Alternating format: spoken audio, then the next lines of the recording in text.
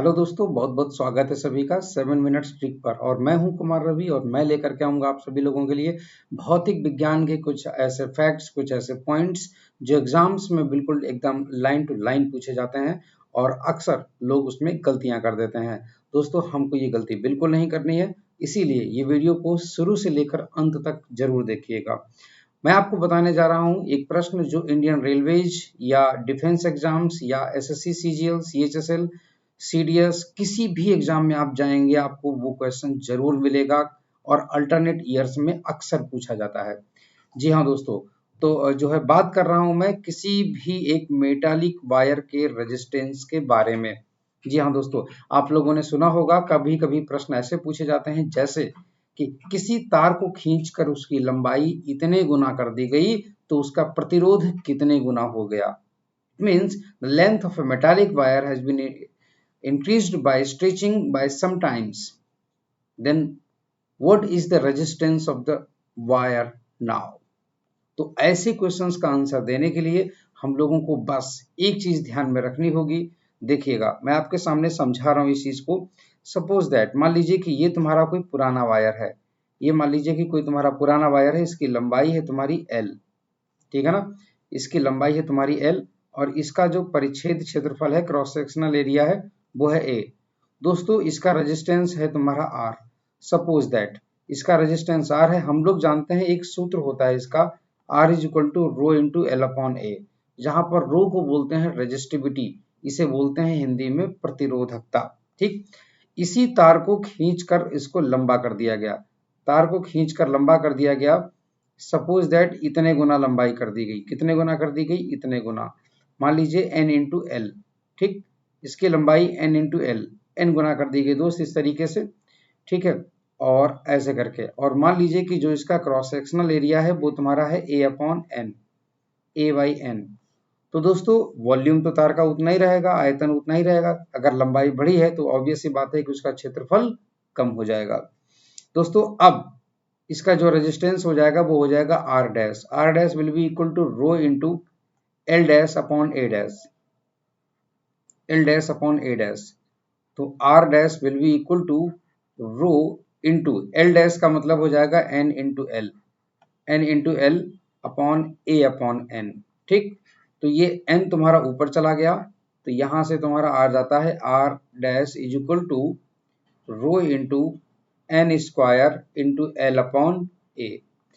अगर हम लोग इस वाले फॉर्मूले से इसका कंपैरिजन करें तो लिखेंगे R dash is equal to N square multiplied by rho into L upon A. तो ये तुम्हारा हो जाता है एन स्क्वायर इंटू पुराना वाला रेजिस्टेंस। जी हाँ दोस्तों, ब्रैकेट में पुराना वाला रेजिस्टेंस लिखा हुआ है। इसका मतलब है R dash will be equal to N square into R. इसका मतलब ये हो गया सीधा साधा कि अगर किसी तार को खींचकर उसकी लंबाई एन गुना कर दी जाए तो उसका प्रतिरोध एन स्क्वायर गुना हो जाता है। जैसे फॉर एग्जाम्पल, अगर आपको दे दिया जाए कि किसी तार का प्रतिरोध पहले मान लीजिए 4 ओम था, पहले 4 ओम था, ठीक है, और उसकी लंबाई थी सपोज दैट एल सेंटीमीटर। ठीक, अब उसकी लंबाई अब उसकी लंबाई 3 गुना कर दी गई। दोस्तों, अब उसकी लंबाई अगर 3 गुना कर दी गई है तो अब क्या हो जाएगा, अब उसका प्रतिरोध कितना हो जाएगा। तो ऐसे हम जवाब देते हैं उनके सामने, उन प्रश्नों का। उसकी लंबाई अब हो गई है 3 गुना, सपोज दैट 3L, ये तुम्हारी नई वाली लंबाई हो गई। तो नया वाला रेजिस्टेंस कितना हो जाएगा।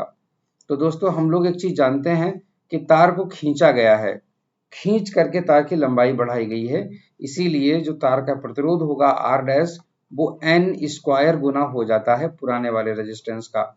तो दोस्तों, यहां से हम लोग एक चीज देखते हैं, एन की वैल्यू तुम्हारी कितनी आती है। यहाँ पर एन की वैल्यू आती है 3। कितनी आती है?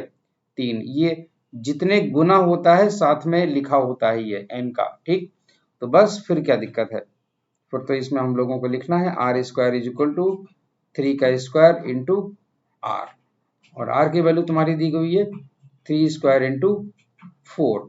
तो तुम्हारा R dash will be equal to कितना? 36। इसका मतलब नया वाला रेजिस्टेंस 36 ओम हो गया। क्लियर? दूसरी चीज, कभी प्रश्न आपको ऐसे भी दिया जा सकता है, कभी प्रश्न आपको ऐसे भी दिया जा सकता है कि किसी तार को इस तरीके से कर दिया गया है। मान लीजिए किसी तार को लंबाई घटा दी गई है। सपोज दैट कि अगर इसका तार का प्रतिरोध तुम्हारा 4 ओम था और लंबाई अब पहले इसकी L थी, ठीक है, अब इसकी लंबाई L/2 कर दी गई है, मतलब इसकी लंबाई L/2 कर दी गई है, ठीक है। तो रेजिस्टेंस कितना हो जाएगा? कुछ नहीं करना दोस्तों, ये वाली तुम्हारी n की वैल्यू दी हुई है, एक्चुअल में यही n है, चाहे जितना लिखा हो n की वैल्यू होगी, ठीक। n की वैल्यू 0 से बड़ी होगी, बस इतना याद रखिएगा। तो फिर कुछ नहीं करना, क्या था, बस 1/2 का होल स्क्वायर इंटू 4, और ये तुम्हारा हो जाएगा R इक्वल टू 1 ओम। इसका मतलब है कि जो तार का रेजिस्टेंस आएगा वो कितना आ जाएगा, 1 ओम आ जाएगा। क्लियर? आई होप सो कि आप लोगों को ये कॉन्सेप्ट समझ में जरूर आया होगा, ठीक है। और दोस्तों अगर मान लीजिए कभी अगर ऐसा भी दिया हुआ हो, अगर कभी इस तरीके का कॉन्सेप्ट दिया हुआ हो कि इस तरीके का कॉन्सेप्ट दिया हुआ हो कि जिसमें लंबाई को ना बढ़ा करके वो परिच्छेद क्षेत्रफल के बारे में बात कर रहा हो, ठीक है। अगर वो परिच्छेद क्षेत्रफल के बारे में बात कर रहा हो तो हम लोग उसका भी सवाल का जवाब दे सकते हैं, ठीक है। जैसे कि मान लीजिए तुम्हारा रेजिस्टेंस दिया हुआ है 4 ओम, और मान लीजिए कि पहले परिच्छेद क्षेत्रफल दिया हुआ है तुम्हारा A, और बाद में तुमसे कह रहा है कि इसका परिच्छेद क्षेत्रफल 2 गुना हो गया, तो उसका रेजिस्टेंस अब कितने गुना हो जाएगा। तो दोस्तों एक चीज याद रखिएगा, परिच्छेद क्षेत्रफल अगर किसी का 2 गुना हुआ है तो उसकी लंबाई कितनी हो गई होगी, आधी हो गई होगी, आधी, ठीक। बस फिर क्या था, 1/2 का होल स्क्वायर, ये तुम्हारा हो जाएगा 1/2 का होल स्क्वायर इंटू R, काम खत्म। This is the correct answer. Clear? Thank you so much.